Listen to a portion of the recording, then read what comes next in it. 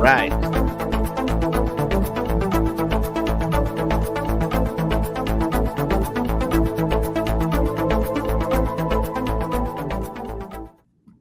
Okay, cheers and salutations. We've got an outstanding guest joining us early this morning, and I got to say, he's one of the dauntless few. And when I say he's one of the dauntless few, it means he's one of the dedicated individuals that speaks truth to power, that follows through with action. I always say Misty Winston, she's one of the dauntless few. There's so many others who I call the dauntless few. And give it up for none other than good friend of the show, someone who is making a name for himself. And look, I wish him all the best for his campaign.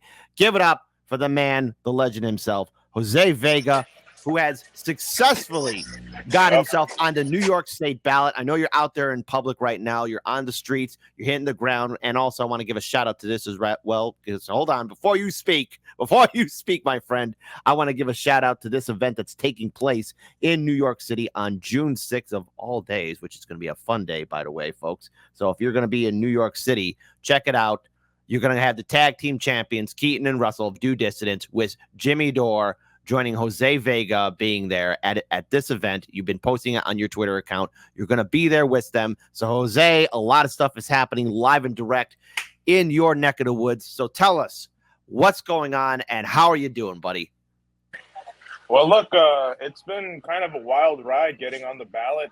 The 6 weeks that we needed to get on all the signatures. I mean, I think I also said this on your show too, that when we first started, we needed 10,000 signatures in 10 days, right? That's what we were saying. And yep, it took a little longer than 10 days, but overall we did it. I think it took us maybe about 15 or 16 days to get to 10,000 signatures. And then after that, it was just victory laps because we still had about, 4 weeks to go, after that. So it was just victory laps. It was helping Diane get on the ballot as well because she needed 45,000 signatures. Jesus Christ, dude. Dude. And I don't know if you saw Jill Stein posted that not even Jill Stein could get on. Look, yeah. I have my opinions of the Green Party, and I will try and keep it as nice as possible. But as an institution and an organization that's been around for some time, and I even watched Due Dissidence show yesterday, and it's something I agree with as well. You got to be serious, and you have to really have follow through and commitment for your organization. And, as much as I love third parties and independents, I'm going to be critical of them too. And you, Jose Vega, with the help of so many other brave and heroic individuals that believe in independence, breaking away from the two-party system, actually hit the ground and got ballot access in one of the most strictest states. I mean, Illinois, I think Illinois and New York are on par being the most strict, most draconian states for third parties and independents. So you did the groundwork. I didn't mean to cut you off here, but go ahead, take it away, man. No. I mean, well, look, I appreciate that. It's definitely been a tough 6 weeks. It's not all sunshine and rainbows being out there fighting against the cold, the rain. April's a tough month here in the Northeast because it could be really cold one day, really hot the next day. There could be snow, there could be rain, there could be all kinds of things. So it wasn't easy. And some days, you don't meet your quota and you're feeling bad. And it takes like 1,000 no's sometimes to get one yes, or you have to really fight for that one yes, or somebody's like, well, tell me about their policies. What do they stand for? And you're like, look, man, I got to fight these draconian ballot signature requirements. And sometimes that's enough to win someone over to sign. Other times somebody will draw you out of a conversation for like 4 minutes, 5 minutes. And then they'll say, yeah, I'm not going to sign. It was tough. It was absolutely tough, and it's not an easy thing to do. And but we did it. I mean, what can I say? Exactly. Exactly. And I think it's an inspiration and something for, I guess, everyone who believes in third parties and independents to take notes from. So Greens, Libertarians, take some notes, because obviously in regards to the presidential election cycle, third party candidates leave much to be desired for. But you and your colleague, Diane Scher, who's running for U.S. Senate, were able to succeed this ballot access. So, okay, you get the signatures. How many signatures did you collect for your group, your organization? And then number two, obviously, you got to knock on the door for New York State, like, hey, here are ballot signatures. What was that process like? Were you concerned that they throw them all out? Like, how many signatures did you get? And then the process of just submitting all these signatures in. Yeah, sure. So I'll start with a little context. Before maybe back in like when I first announced my run for Congress back in February. Diane and I had this thought that, oh, well, we'll be able to do what's called a fusion ballot. So a fusion ballot is you can actually have one piece of paper for two candidates. So Diane's name would be on the top and mine would be under hers, right? Right. And we thought we could get away with that. But then the problem was, because I'm a congressional candidate in New York City and Mhm. she's a Senate candidate in running for the state, we file in two different places. Okay. So, it created more of a challenge this time because it's like, okay, that means any signatures we get for Jose Vega have to be only for Jose Vega, and any signatures we get for Diane have to only be for Diane. So it was more work. So we ended up for Diane. Well, I'll start with my number first. For Jose Vega, we got 11,000 signatures. You Mhm. know, we got 11,000 signatures. For Gotcha. Diane, we got 70,000.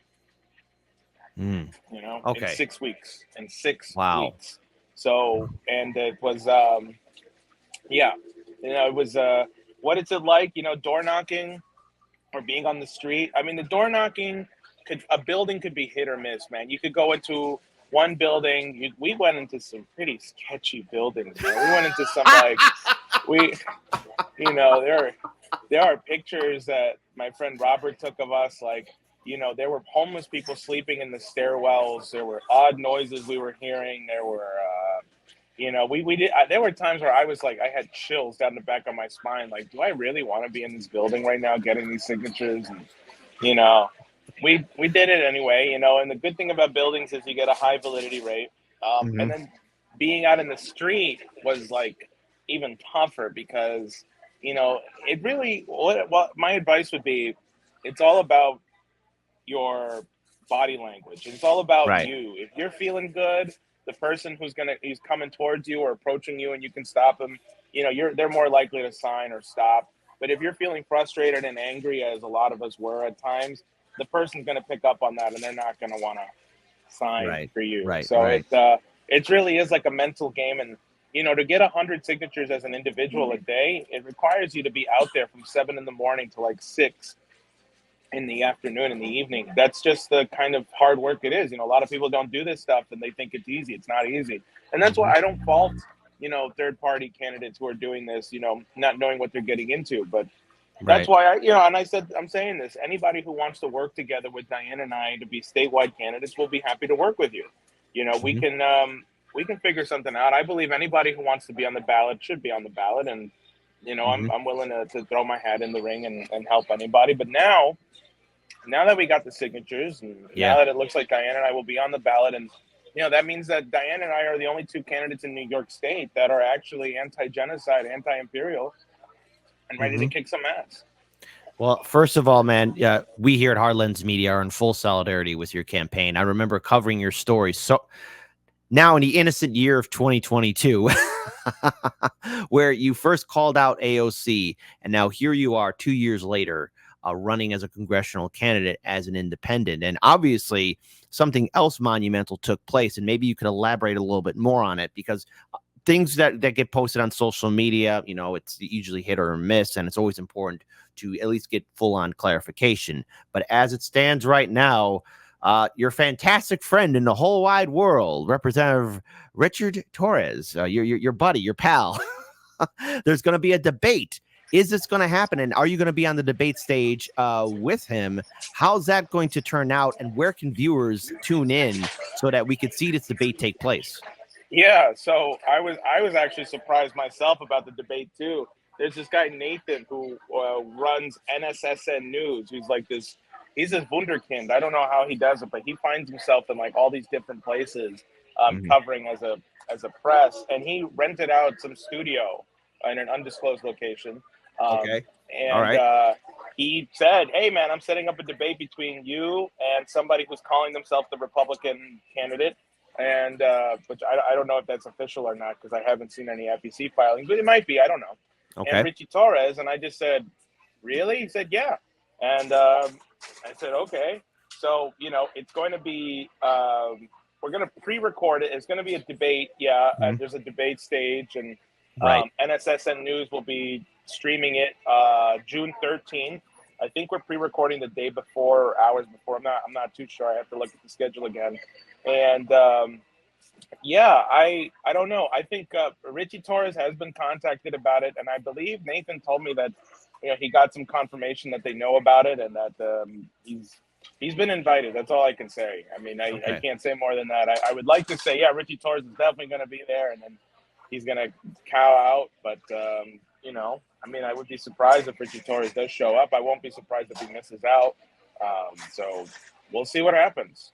And if anything, even if he doesn't show up, let's say there's a Republican candidate up there, hey, get ready to knock him out. And if none of them show up, make it a town hall and plead your case to the people of New York City. No matter what, this is a huge win for you. And I gotta say, man, this is an arduous task. And you mentioned how it is a difficult task. Like, one, going into buildings, being on the street, especially in New York City of all places, where, let's Yeah. face it, Chicago, major metropolitan city, New York City, major metropolitan city, and people are on their own programs. People are always tense and on edge. And, you're not always going to run into people who are filled with rainbows and sunshines. You're going to be running into people who are just like, hey, get the F out of my way. So it's not an easy task to get on the ballot, to really secure, to get all these signatures. So with this task, if there's any kind of heads up that maybe you would want to give your past self, like, hey, maybe you should have done this, this, or this, or either that, what kind of advice would you say to future potential third-party candidates who are going to be doing this monumental task? Because each state's going to be different, but you have done the impossible, because the Libertarians and the Greens couldn't even secure their own presidential candidates Yeah. in New York State for this election cycle. Same thing, I believe, for Illinois as well right now. Oh man, I would say definitely have a good team of people around you. I'm blessed to have a good team of people around me who can fill in.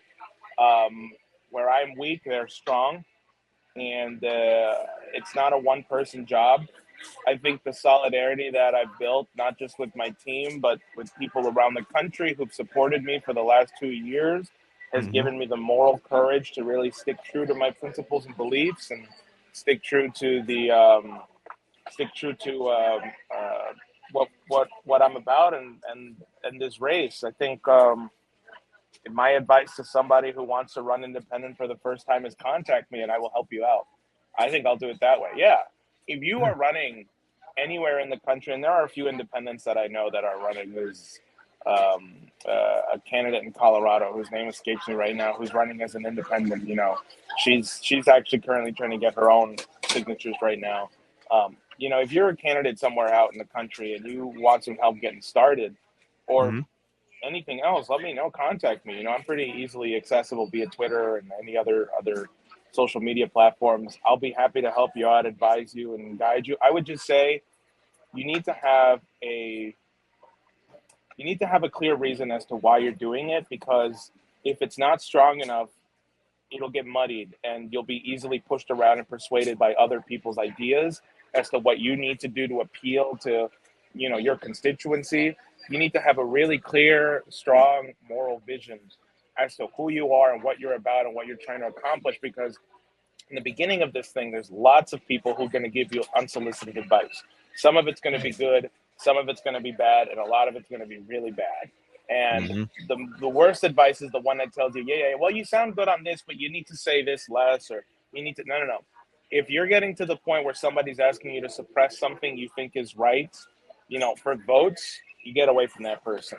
Right. Don't ever compromise your beliefs for votes. And I know it's ironic because you're trying to get votes, you're trying to win, but I think America is tired of people saying things just to get votes because they're lying. I think people want a truth teller, and I think that's one of the reasons why Trump won. Not even because he's like a good candidate, he just, as people like to interpret it, he tells it as it is, and people seem to be seduced by that. But if Mm-hmm. you're coming from a place of actual honesty, that's a principled honesty, people will respond and reflect that, and will want to support you on that. So Done deal. that's, yeah. So now here's the thing. There is a hypothetical scenario where you actually win your seat, your congressional seat. You are going to be in a den of vipers, the swamp itself. Are you prepared to be the great pariah of Washington, D.C.? Because obviously the Republican Party and Democratic Party, they're going to be the two cliques. And within those cliques, there's their own separate cliques. I mean, people have their own agendas. And I think it's been described about Washington, D.C. and Congress is that it's high school, except most of the students are just senile senior citizens who are foaming at the mouth to earn more money, do insider trading, and lead us to World War III. Are you prepared to be going into this landscape of madness and insanity? I mean, what are some of the things that you're looking forward to and dreading about for Washington, D.C., man? Potentially, should Well, you win your seat? I'm glad you asked me this because I was just having this discussion with my friend Robert yesterday about Mhm. why is it that Jamal Bowman is getting creamed in his primary right now, right? Jamal Bowman, as is a lot of the squad, is very good when it comes to the Israel-Palestine question, or kind of good because they still endorse Yeah, Biden. kinda. Like they are the only voices who are saying something about it, right? Okay, but Mhm. then when it comes to Ukraine and Taiwan, they fall completely flat. And then Jamal Bowman, who likes to blame mega donors are the reason why I'm losing my election right now. It's not MAGA, man. It's not MAGA. I mean, yes, he says APAC. That's good, right? It is APAC that is putting in lots of money to his opponent. But the reason he doesn't want to tell the truth is because he went into the Congress through the establishment way. Because if he started telling the truth right now, his career would essentially be over. He would lose his seat. He would be a pariah, and nobody, quote unquote, would want to work with him because the people who put him in power are the kind of people who can't tell you who blew up the Nord Stream pipeline, are the kind of people who aren't going to tell you, the truth about the Ukraine war or what Taiwan and China is actually about, or even what the Israel-Palestine question is about. Those are the people who put him in power. If I were to win, the people who put me in power are going to be like you, are going to be your audience, are going to be the Jimmy Dores, are going to be the due dissidences of the world, right? Mhm. People who aren't afraid to tell the truth. That's my base. So, and I don't have to worry about offending you guys because the reason why people are attracted to my campaign is because I tell the truth, unfiltered and honest. That's my base, right? Not appeasing the establishment and trying to play some long game, trying to play some, strategic. I'm going to appease the establishment here and then try and be a rebel there. No, no, no. If we go into Congress, you understand that means like it's totally raw, unfiltered truth going into the Congress, Mhm. through this campaign, through this vehicle, right? And I'm going to be on your show. I'm going to be on Due Dissidence. I'm going to be on Jimmy's show. I'm going to be on Kim Iverson's, a whole bunch of internet independent media, probably every week or every other week, giving updates as to what's going on and being held accountable to you, not to Joe Scarborough on MSNBC or Rachel Maddow, right? And I'm also known, like I have a track record of telling the truth, Mhm. at these town halls. So I'm actually excited at the prospect of like, well, if I go into Congress, I can just be a troublemaker and do that. I could just go out and tell Dan Crenshaw, like, hey, man, the reason you're banning TikTok is because you're getting paid millions of dollars, all right, so that the social media companies that feel threatened by TikTok can feel a little more at ease that the competition isn't going to bite them in the ass or something. I can call Dan Crenshaw or I can call, Chuck Schumer to his face a bot puppet for Wall Street. In the Congress on the congressional record. I think it's great. And so the only thing I dread is the fact that they're going to come after me. But I mean, hey, what can I do about that? It's Exactly. just what we have to do. So yeah, that's what I would say. Exactly. Now, look, man, I got to ask this question, dude. And I think even Due Dissidents brought it down here as well. You cut your hair, man. Are you selling out, man? Have you committed the Samson sin by losing your power? Because I'm noticing the tone is down a little bit, buddy. What's going on with uh, that fresh and clean look, man? Well, I made a prom. Well, first of all, especially towards the end of the 6 weeks, it was just a mess. I mean, like, God, keeping curly hair up is like it's such a nightmare. Keeping it up. You have to put product in it, and you have to put conditioner in it, and there are like some mornings where it's like I just got to put a hat on and go. Yeah, And it's a lot exactly. of work to look good with curly hair. I don't envy anybody with curly hair because they have it's like a child, honestly. But it was also kind of like when people join the military, they cut their hair, and it's like also supposed to represent like a change in identity, Yeah, right? And when I yeah. finished the pilgrimage of the 6 weeks of the petitioning of this hell, I was like, all right, now phase two, Jose begins.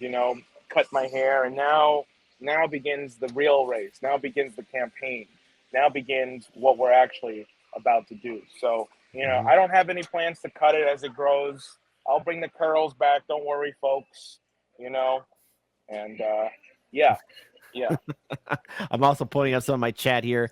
Yo, Mama So Fat says, I thought his hair was cool. Yeah, cool before, obviously. Okay, so there we go. And Miss Witchy Perfect says, just be careful out there, Jose. They'll try anything to make sure you don't go into Congress. Well, first of all, I'm wishing him all the best, and I do hope that voters please turn out to vote.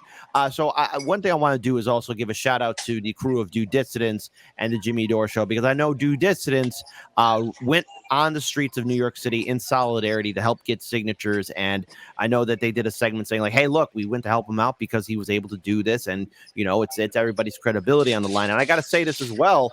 You have been consistent in calling out these politicians and now running as well. So I want to see a third party independent candidate win an election seat, especially at the federal level. Now, I don't know what's going to happen with the presidential election cycle. I'm not expecting much for the third party independent candidates. I'm not. The bar is not even on the floor. It's at the center of the earth at this point. But in regards for other third party candidates to win congressional seats, I want to see that happen. So for your campaign, is there any kind of events that are coming up? I mean, say for obviously June 6th, of course, with Jimmy Dore and Due Dissidents, the event you're going to be at. Is there anything else in which voters or potential voters can come and see a rally, see your, help you out with any kind of getting the word out so that they can at least make sure that people are aware that you are going to be on the ballot and that come November, hey, cast your vote for Jose? Yeah, there's talk of doing another rally this Saturday, which we'll probably nail down today. So this Saturday, we'll probably be doing another rally. On June 12th, some of my constituents organized a Q&A via Zoom, kind of meet the candidate Q&A. I'll be posting that on my X later today as well. People can sign up and, meet the candidate. Ask me any questions you want. There's the debate coming up, which I don't know what happens on that day, but we'll see what happens. And there are a few kind of conferences we're going to be doing. Probably something around July 4th, probably something maybe before that too, that we can definitely get people invited to. And I would just say stay in tune with my social media, sign up for my mailing list. We just started sending out emails again. We were spread ridiculously thin during petitioning that we lost track of even sending out emails. But now we're back on that track. And and vote Vega.nyc/door. Vega.nyc/door, Jimmy Dore event. And that's too. If you can't make it out to the Jimmy Dore event and you'd like to donate so somebody else can, please do so. In fact, there are, I believe, free tickets still available on the Eventbrite that are sponsored right now. I think there's maybe like 3 more or so. So if you're in New York on June 6th and you want to come on out. And absolutely. Yeah. Well, first of all, man, Jose, look, I know you're going to be busy hitting the campaign trail. I'm glad that you were able to take some time out of your day to join us here for Hard Lens Media. As a final note, let's go ahead and just go back in time to 2022, where you confront AOC, that epic video where you confront her, and that's where I think that's where it all started, where everything has a beginning. Did you ever expect to be at this point right here, right now, since the aftermath of that video, to be here right now running for Congress? Did you ever expect to be in this position?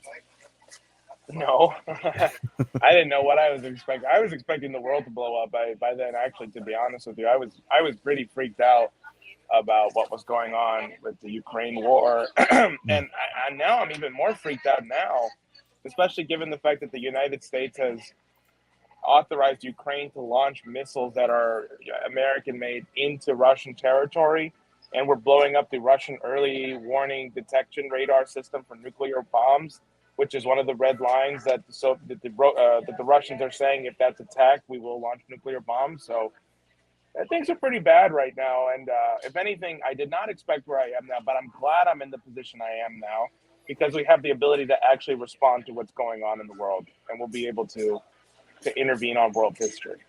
Absolutely, man. I wish you all the best. But hold on. I wanted to show you something because we're going to be talking about this later on the show. Don't worry, Jose, because check it out right here, right now. Biden doesn't want World War III. Oh, thank God. He doesn't want that. Don't worry about it, man. Oh, Just man. relax. So there. Hey, listen, take it easy, man. So, hey, by the way, I hope Hope you enjoy the rest of your week so far, man. Keep on doing a great work. Again, June 6th, folks, there's going to be a live event. Due Dissidents, the Jimmy Dore Show, Jose Vega, Triple Threat. Check it out. If you're in New York City, go ahead and follow him. Follow Jose Vega, definitely on his website as well. Go ahead and check him out over there. And then again, to be clear, June 13th is when your pre-recorded debate will be available. Should it happen, and should your fantastic friend, the incumbent, show up there as well. I heard he's on a whole blocking pass. He's blocked Aaron Mate and a few other people. He's just rage blocking everyone. I can't believe that. Why would he do that unless he's afraid? So Jose, thank you so much for being on our show. To our Can TV audience, please check out Hard Lens Media Monday through Friday, 9 a.m. Central. We're gonna take a short break. Jose, keep on kicking ass and keep on being one of the dauntless few, man. See ya. All right. Her hands are bound behind her candidate, who found the perfect hill on which to lay it down for good. Who she might not agree with on apartheid or celebrating war crimes, but talks just like she could. He's got the IDF's back and the CIA's back like a Democrat should. Mr. Anti-Establishment didn't start the fire, but he's slipping on his hood. Her voice is grafted to a candidate who might not always speak for her, but what is she to say? Why bother harping on an issue that Americans won't listen to? It seems like such a waste. But what activism is saying they don't give a shit, but if I don't, why would they? So way to rob yourself of agency, then chain yourself to genocide and look the other way. I love to see a fellow running as a Democrat, taking stacks of money from a GOP super PAC, calling out corruption in the giant fucking country club he's clearly been accepted at, but wants to be the leader of. He knows which way the money runs, knows it paves a leader's path, and human rights for Palestine historically don't lead to that. So he will not address it, as he doesn't see a need for that. And welcome to the attitude our country's politicians have displayed toward Palestinians since back before they cracked the will of Arafat. And so the story goes forever after. We do not speak the P word here or recognize the Nakba. All you'll find are sea lions who volunteered as actors, barking like a manuscript from NAFTA. All you'll find are insulated sycophants, intent on justifying why the slaughter done in Palestine is not a voting matter. Tell that to Shireen Abu Akleh. Tell that to the children growing up inside a city where the walls are made of shackles. Tell that to a mother who is burying her baby, how her son is not our problem because we'll never see his grave. He's just a topic we can mute, or we can scroll right past his face and all the videos of mourners being beaten at his wake. So stuff your poll on what the average voter sees as urgent. They don't get to know the half of what we use as our detergent when we launder all our ISIS cells, our cartels and insurgents. We do not elect the man behind the curtain. We elect the pull string diversion. We elect the lesser evil donors pre-selected best to do unto the Arabs as we did unto the Persians, and do unto the Muslims as instructed by the merchant who provided you with HIMARS that can vaporize a person. Back into the dust in which we all will find immersion.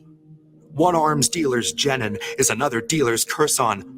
Both are just a mark that Lockheed Martin smells a purse on. And voters are the hollow thralls that Congress put a curse on to vote against their interests every 4 years till they die. And if you show them Palestine, cry better them than I. Though the curse of occupation's taken place within their mind, they will always love their prison, long as they are shown the sky. They will sing about their freedoms under Apple's watchful eye, as puppets dance and sing should you so pull their strings and wires. And they'll rally round the man who bears a torch and bears it high, and believe him when he tells them that he's here to stop the fire. We're cursed to love our prison and keep lifting up our liars. We are not behind the wheel, we're being crushed beneath the tires. And our blood is in the oil, and the plastic on the wipers, and our blood is on the hands of those who cranked inflation higher. And blood is on a vest where press can barely be deciphered, put there by a few Israeli snipers who were aiming at the center mass of truth about American desires. That you can sell us any story. We're a nation built of buyers, and we love a good parade. It always makes us feel inspired, like who cares that those were Nazis? Gosh, they had the whitest smiles. So I wouldn't bank on sequels to the Nuremberg trials. If they happen now, they would be confidential Pfizer style. redacted paragraphs and empty vials, close to 80 years before they share their files. Well, luckily, your lesser evil logic lets you justify the nations we've defiled. Lesser evil logic lets you cast a vote for someone that you know is truly vile. Lesser evil logic sees another million bodies thrown upon its hoarder's pile, extending out for miles. So every line I've had to scrap, I've turned back into bile.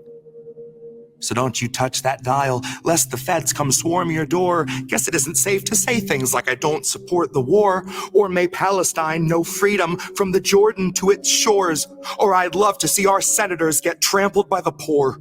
Any pull-string dem will tell what they're allowed to stand up for, and how little things like Palestine are better off ignored. You can call it voter outreach for some desperate remoras when the shark from which they get their scraps starts polling on the floor. And the shark says those who live beneath a brutal occupation should be thankful for their freedoms and their rubble and their gore. And I swear it only makes those bottom feeders love him more. One in particular is beaming for her candidate who found the perfect hill on which to make his final stand. And she will not be deterred by all those pesky little war crimes, will not be deterred by his support for stolen land. He helps her come to terms with how to spin an occupation, and forgiving the oppressor is the democratic way. She says her voice is grafted to the candidate who speaks for her, and every time you pull her string, she's nothing new to say. Anybody who's deliberately targeting civilians, they should be prosecuted and they should be jailed and the key should be thrown away. But, I don't see any proof of that. He really does believe those guys to his soul.